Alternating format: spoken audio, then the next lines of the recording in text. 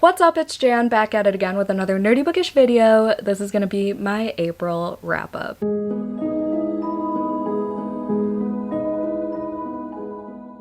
Hello everybody, welcome to another wrap-up video where I'm gonna do the reread, rewrite, burn tag method. I still don't know who the original creator is, so I'm sorry, but if you do, please let me know. I've been doing this for over 4 years now and I love it. And if you don't know what I'm doing, I basically wrote all the titles of the books I read down on little pieces of paper, put them in this handy dandy skull, shake them up, and pull them out 3 at a time and say whether I would hypothetically reread, rewrite, or burn the book. So it's basically fuck, marry, kill, but make it bookish. So with every wrap up, I start with a recap. My journal is over there, so hold please. And yes, I'm wearing bat PJs underneath, okay? We're just rolling with it. At least the theme is spooky. It's fine. And I'm wearing my trick-or-treat earrings with the lollipop. Anyway, okay. I read 18 books this month. 9 of them were physical, 5 of them were audiobooks, 2 of them were digital, and 2 of them were immersive reading, aka physical and audio at the same time. Total number of pages, 5,870. My best book of the month was Enchantra by Kaylee Smith. This is the sequel to Phantasma. I have not shut up about this book since I read it. Look at all these tabs, like holy shit. I, as the cool kids say, ate this up. This follows Genevieve. It is a standalone fantasy series, which is very rare. This follows Ophelia's sister Genevieve. Ophelia is the main character in the first book. There's this place called Enchantra. There are these deadly games throughout, and I did not like that trope or situation in a book, like trials/games or whatever, until this series. I cried. I sobbed so hard. I will insert footage, maybe here, but most likely in the vlog where I read this for my 5-star prediction/new releases, which is gonna come out after this vlog. So if you want my full-blown thoughts, I usually vlog every single book I read, but some books just maybe on Patreon for like our Lair readathon or whatever, but otherwise she's got a vlog for every situation. Okay, so these wrap-ups are only for brief, overall, big picture type of thoughts, just for future reference, I guess. So I sobbed. I loved the romance by the end. It took me a little bit to get into, but it was so quick. I could not wait for my book of the month copy, so on release day, I bought this Barnes & Noble exclusive edition and I justified it because it has a bonus chapter. I also wanted to annotate the shit out of it, so I was like, I can't justify just reading it on my Kindle. I have to have the physical copy, and I'm so glad I did because this paperback feels amazing. If you're looking for a fantasy that's very easy to comprehend and a world that's easy to follow and build in your head, this book made me visualize things. Same with Phantasma. There's something about Kaylee Smith's writing that's easy for my brain to visualize, which never happens, especially in fantasy books. So that is talent, my dudes. So that's my best book of the month. Obviously gave that 5 stars. My worst book of the month, I actually also have physically, and that is Every Summer After by Carly Fortune. This is gonna be on my Pango. I did not write or annotate or anything in this. I read this for my next Do Your Worst episode, which will be going up a little bit after this. So just so you know, my thoughts are there. And if you don't want to know my ratings before watching my vlogs, I don't know, does anyone do that? I personally don't care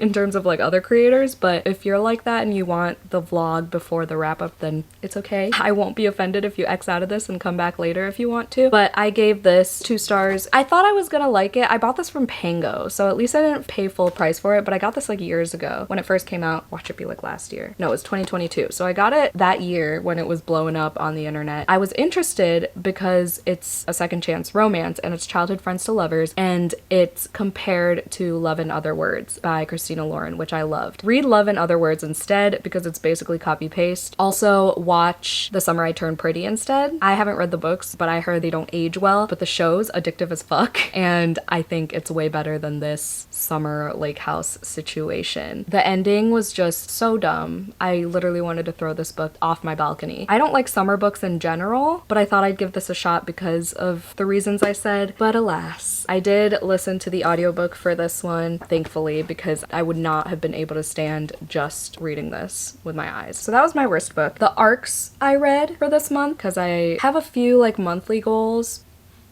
Christina's on sprints right now. But I have a few monthly goals. One of them is to read at least one arc, whether that's physically, a NetGalley arc, or even if the book is out and I have the NetGalley arc to up my score, that counts. So I got a book called Honey Eater that comes out in August or something. It hasn't come out yet. And it had like 2 reviews on Goodreads. So I was like, oh, I could be like one of the first people to review it. So I read it immediately, DNF'd it. I started it during a Patreon readathon.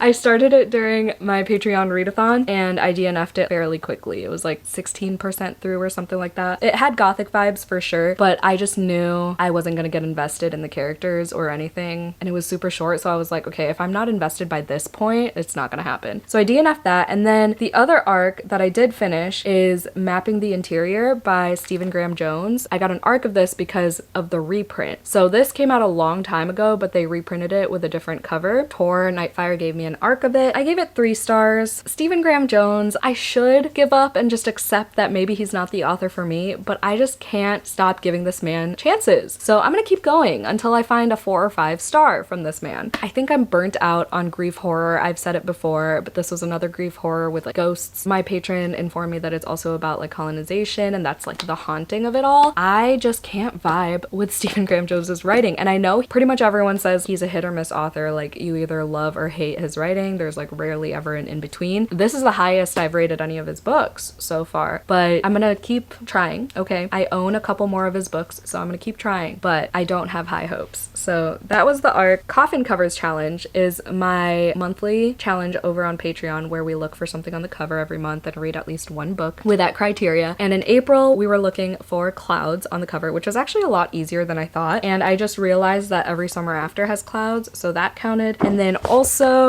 Wild and Wrangled by Lila Sage. Those are definitely clouds. I don't care what you say. And I gave this 4 stars. This is also going to be in my 5-star predictions vlog. It's the last book in the Rebel Blue Ranch series, so I did finish a series, so I was able to add another in my completed series tracker thing for this year. So that was satisfying. Y'all know I love my yeehaw romances, and probably upon reread this might get bumped up to a 5. I was really sad because it's second chance, and that's my favorite trope, so I usually just would automatically predict 5 stars for almost any second chance romance. But I don't know, there was something about this that didn't hit as well as the others. I don't know if it's because we were not fully on the ranch interacting with all the other characters as much as the other books, or what. Maybe it was because the woman is a parent, they were like high school sweethearts, and it's second chance, so they like rekindle and everything. You get like the back and forth between their history and present day, and plus he's like the bad boy tattooed type, so I don't know why this wasn't 5 stars. Maybe if I read the bonus chapter or bonus epilogue or whatever. I skipped it because I'm like, if I'm craving it, I'm gonna go back and read that. I heard everyone who's read it cried, so we shall see how I feel. I'll probably cry, let's be real. Another monthly goal is to read at least 1 book from any book box subscription that I've had, or even if I bought it from Pango secondhand, if it's from a book box, that counts. So Enchantra, I do have my book of the month edition, but there's that. I read Enchantra. Another book of the month book I read was 5 Star Stranger by Kat Tang. I gave this 4 stars. I read this for my Reading Books Like Black Mirror vlog, which I'll link down below, because that one is already up. And this one was more about relationships with people and loneliness and exploring humanity that way versus through technology. But it is comped as Black Mirror because I'm assuming it's comparing it to that one episode where everyone gives humans star ratings, and it was commentary on how everything is on a rating system nowadays. Like, your worth is based on a rating system, whether it's on Goodreads and you're an author, an Uber driver, a restaurant owner, etc., etc. Once you get it, once you see that it's about loneliness and you see the deeper meaning behind everything and why this man acts the way he acts and like all the grief and the backstory and everything and his upbringing, then it really hits you in the feels. He's essentially this rent-a-stranger guy. You follow him through all his roles, like as a fake best man, as a fake dad, as a fake husband, a fake friend. So it's fascinating and it's really short, and it also talks about being Asian. This is by an Asian author, so it talks about identity and race that way. So yeah, it's really good. I haven't heard anybody talk about this, so would recommend if that interests you. And then the last book box book I read was my Lair Bloody Read, so my Patreon buddy read pick, which was Kill for Me, Kill for You by Steve Kavanaugh. I gave it 3 stars. Why did I give it 3 stars? Like a low 3, because there were a couple twists that got me, but I also, like, one of the bigger twists, I guessed like like in the first few chapters, which is really annoying. I love when thrillers surprise me. So yes, there were a couple jaw-dropping moments, but it wasn't enough to bump it up to a 4. This is about these two women who meet. They're strangers and they have people they want to get revenge against. And they make a deal where they kill each other's targets so that they're not, you know, prime suspects because they're not involved or whatever. They won't have the motives. So it's a clever concept. It was just predictable. It's multi-POV, so that was fun. I'm not gonna say anymore. I predicted something. So that was a star off in and of itself. Is that it? Oh, and then from my 2025 TBR, this is kind of like a loose goal, but it would be ideal to read at least 1 or 2 books from my 2025 TBR every month. So Wild and Wrangled was on my 25 for 2025. And then my Full Moon Book Club pick was also on that list, which was Blood on Her Tongue by Joanna Van Veen. And I gave this 5 stars. It's a gothic horror about these two sisters. One of them has something going on, something sinister-ish, darker. Then there are vampy vibes, if you couldn't tell from the bloody edges. It takes place in the Netherlands, 1887. There's a lot of medical talk. There's a lot of gore. There are some shocking moments, and I love this author. I loved My Darling Dreadful Thing. Overall, I feel like it's more of like a high 4, but y'all know I don't do decimal points. But I feel like the brilliance of the concept and the way everything was woven together with like the vampirism being codependency, that's like the main theme in this book because the sisters were definitely codependent humans. The author even says it in the author's note in the beginning. There are also trigger warnings there if you need them. I thought that deserved 5 stars. So that is everything. Now let's pick our first 3. We've got a book I read on my Kindle, Dear Laura by Gemma Amor, Enchantra by Kaylee Smith, and a book I listened to, 19 Claws and a Blackbird by Agustina Pastorica. I would reread Enchantra, hands down, obviously, no brainer. I would rewrite Dear Laura, which was a horror novella that I read for my next Do Your Worst episode. How would I rewrite it? I feel like it could have been more shocking. I feel like this would have been better as an extreme horror novella. That's what I thought it was originally, but it's not. I feel like it could have had more oomph if there was like a step further, if revenge happened in a more intense way, in a more expanded way. I feel like it was just a little bit too short for what it was trying to do and the impact that it was trying to have. But it was good. I gave it 3 stars. I feel like it was a little bit of a watered down version of Gone to See the Riverman by Christopher Triana though. So do with that information what you will. And then I would burn 19 Claws and a Blackbird. This was a story collection. So many people hate this book. I ended up giving it 3 stars because there were a couple stories that really, I wouldn't say resonated with me, but just hit. Like, I got it. Specifically, the second story was very jarring, especially with the narrator being the way it was, because it was about abuse and a predator, and like it was just very uncomfortable. So there were a couple stories that definitely like, made me feel uneasy, but it was a very forgettable story collection. I don't know if it was just the translation or what, but it doesn't seem like many people are giving this above a 2 or 3.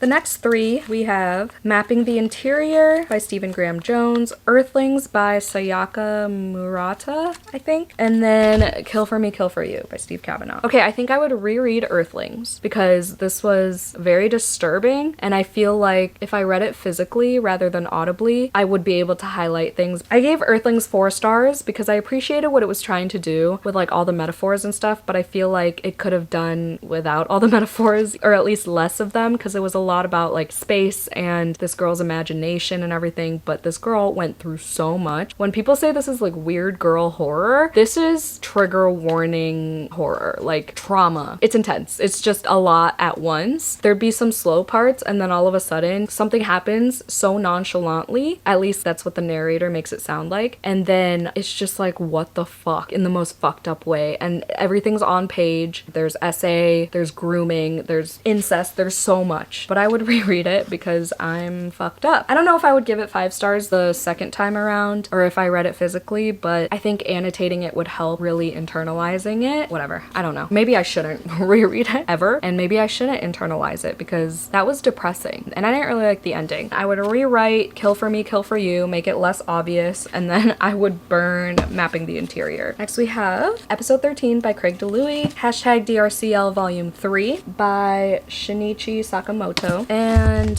5-Star Stranger by Kat Tang. Alright, I love when I have the physical editions of all 3 of them. I would reread this manga, because I would reread this entire series. Shout out to fellow vamp Astilby for gifting this to me. This is a Dracula retelling. I ended up giving this 4 stars. The art in all these volumes is just unmatched. Truly unmatched. Okay, that's a spoiler. Look at that eyeball with the skyline. Oh, that doesn't do it justice, but in the first couple volumes, they had a bunch of like vampy, truly Dracula at its core type of, okay, that looks like Michael Jackson. Does this not look like Michael Jackson? Tell me. Oh, where'd it go? Did I say that in my vlog too? I don't know, but that looks like Michael Jackson. I would reread that. I don't want to burn this one, so I would rewrite 5-Star Stranger. I just don't know how. Maybe expand upon his situations, like maybe put a little bit more humor. I just thought it was gonna be a little bit more fun, less depressing. He would be working an assignment or whatever, like he'd be, you know, at someone's wedding as a best man, and it would just be like a page and a half long. Like I wanted more expansion on his roles and stuff. And then I would burn episode 13. I gave this book 3 stars. It was scary at first. Okay, so I was interested in this, and then I realized it's the author of Suffer the Children, which I hated, so I wasn't interested in it. And then this Barnes & Noble employee that Joey and I always talk to said that he sold this book to someone and they returned it and told him that it was too scary for them. So then I'm like, okay, let me check this out. And then I see that it's all mixed media. There's like all these scripts and these journal entries, so the chapters were like really short, and the paperback feels nice. And then one of my patrons, Jamie, gifted this to me. Thank you, Jamie. And then I read it for my Do Your Worst episode, 3 stars, because it was just too long and there was a lot of nothing happening. A couple of the characters really just got on my nerves and I was just not into it. It was just fun to read, like the experience itself, the physical experience itself of reading, because it was so quick and I was flipping pages like no other. It's essentially about a paranormal investigation show, like ghost hunters, whatever, but these are like professional ghost hunters. You find things out about certain characters. You follow, I don't know, 5 or 6 different characters. They have their POVs via journal entries whilst filming these episodes. That's where episode 13 comes from, because it's supposed to be this like really scary venue that they're investigating, whatever. So I don't know. I didn't really find the appeal. Like I said, the beginning there were a few like eerie moments with things that people were seeing, and there were a couple moments throughout too that was like kind of freaky, but it did nothing for me. I did not listen to the audiobook before you asked, because Gabby said that it's overproduced and I just don't like audiobooks like that. Although they might be cool for some parts with like the sound effects and the acting and all that, I would rather just read it faster with my eyeballs. Next 3, we have How Can I Help You by Laura Sims? Something like that. That was a library book about a library. Blood on Her Tongue by Joanna Van Veen, and Solo Leveling Volume 1. Would reread Blood on Her Tongue, obviously. I already talked about her. And I did annotate. I highlighted and wrote in it, but I didn't want to ruin the edges. So yeah, I really enjoyed this one. I would reread Solo Leveling Volume 1. It was at this moment she realized she fucked up. It was a fun time. That one felt like Black Mirror with like the whole game aspect. I liked it a lot more than I thought I would. I gave this manhwa, sorry, 4 stars, and I'm waiting for the 2nd volume to come back to my library. It's an underdog story, essentially. There's like this weakest guy in whatever group, then there's this video game thing that happens, and he just keeps leveling up by himself. Hence, Solo Leveling. And then How Can I Help You? I would burn. I think Once Was Enough. It's like a mystery thriller set at a library. It was fun when I was reading it. I listened to the audiobook. It was really relatable when it came to like library happenings, because if you didn't know, I work at one, and I've worked 3 different positions at 2 different libraries, and one of them was the front desk. One of the characters in this book would answer the phone all the time and be like the info desk. They talked about the phone calls that they got all the time, and then there was a murder, and there was this whole thing with this lady who has been there for a lot longer and who was training the new girl. The twist was cool, I think. It was similar to a true crime case that I've read about before or heard about before. So I like that aspect of it. I like the library aspect, but I don't think I'd ever want to reread this. I wouldn't say I would never think about it again. I think I would recommend it to people, especially if you've worked at a library before. I wouldn't even call it a popcorn thriller because it wasn't super fast paced. It was like a quiet one. That was not intentional because the library is quiet, but it was fun. I gave it 4 stars because I liked the way it was laid out. Like, I liked the pacing of the story. I liked finding out about these characters the way we did. And yeah, it felt like a true crime case. Next 3, Every Summer After by Carly Fortune, Wild and Wrangled by Lila Sage, and Annie Bot by Sierra Greer. Yeah, that sounds right. I would reread Wild and Wrangled, hands down, obviously. Burn Every Summer After. This is so easy. And then rewrite Annie Bot. It's hard because I've seen Ex Machina and I've seen Companion, and then I read Annie Bot in that order. And Annie Bot was literally almost identical to Companion. I enjoyed it. What would I rewrite about it? Maybe the ending? Well, the ending was kind of satisfying, but also, I don't know. I feel like it didn't do anything too special, but I see what it was doing in terms of talking about female autonomy and the patriarchy wanting to control appearances and male gaze and all that. You know, it made an impact. It was powerful in that sense. I gave Annie Bot 4 stars. It was a fun audiobook. If you've seen the movie Companion, it's literally like the same thing. So the main character has a companion female robot who's also essentially a sex doll, but then it's like, you know, when AI goes haywire type shit. So I mean, it's not anything too original. I feel like for the time it was written, it wasn't that original, but if you've never read a story like that before or consumed a story like that before, then I would recommend it. It was a fun time. Okay, so I would rewrite it to make it a little more original somehow. Oh my god, I forgot we have 18, so that's an even 6 rounds. So we've got Listen to Your Sister by Nina Veal. Oh my god. On Wings of Blood by Briar Boleen. I hope that's how you say their last name. And then The Harpy by Megan something. I would reread On Wings of Blood. This was 5 stars. This is one of the best fantasy/fantasy romance books I've ever read. It was a good fantasy month for me. 2 5 stars. Loved the dark academia in this, the vampires, the romance, the steam, the setting, the everything was so good. It was so fun. I was flying through this book. It was so much fun buddy reading it with Christina as well. I was swooning left and right. I just love this so much. The only thing is that it's pitched as fae because the main character is half fae, and there wasn't much of that. I'm hoping the second book, which I already have, goes into the fae part more, but the vampire vibes in this, chef's kiss, so fucking good. Exactly what I needed, and it was easy to comprehend because it's like classic vampire lore with the bloodlust and everything. So we're at Bloodwing Academy. Oh, there are also dragons, if you couldn't tell from the cover. Main character is a dragon rider. There aren't too many of them left. Actually, she's the last of the dragon riders, or so they tell me. There are supposedly no dragons left, but then the dragons emerge one way or another. And then the love interest is Blake Drackhallow, who is the son of one of like the head authority people of the houses. There are different houses because of course there are. It's dark academia, and there's like a lot of bloody moments in this, and it was just so fun. So fun until the very end. I already forgot how it ended. Was it the best writing I've ever read? No, but it was one of the most fun I've ever had reading a book. I loved it so much. Thank you to Rachel from Raven Haired Reader for having this as your book club pick, because I probably wouldn't have picked this up otherwise, and I just am so glad. I'm so glad I'm part of that book club because I've been picking up romantasy books that have been hitting,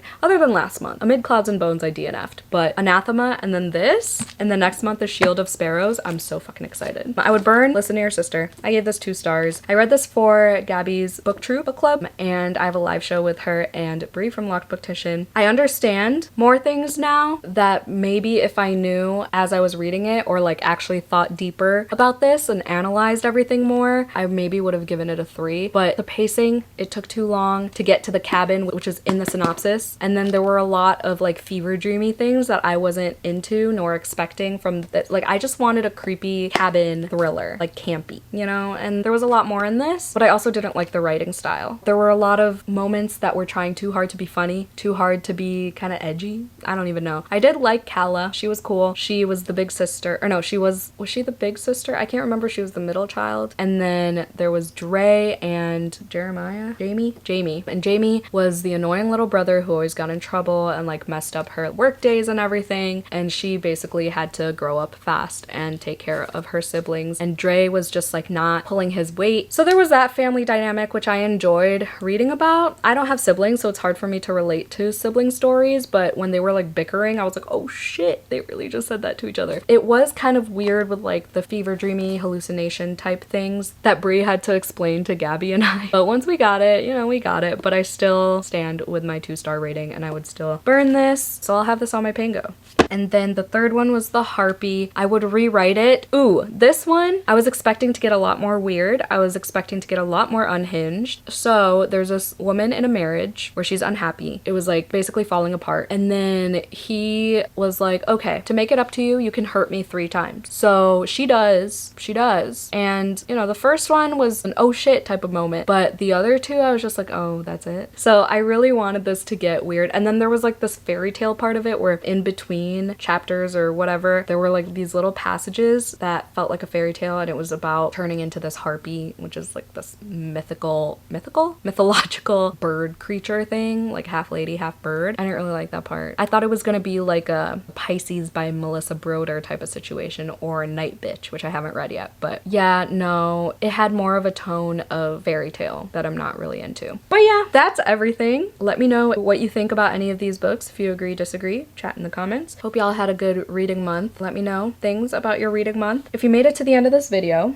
let's see what's on this. Put the ring emoji in the comments down below to represent Enchantra, because there's a ring on the cover and that was like a huge thing in this. Oh my god, I just thought about it. This was so fucking good, y'all. I just got goosebumps. Like, no joke, I just got goosebumps thinking about that scene, those scenes. But yeah, put a ring in the comments if you made it to the end of this video. Thank you so much for watching. Hope you had a 5-star day. Don't forget to do some self-care, and I'll see you in my next one. Bye.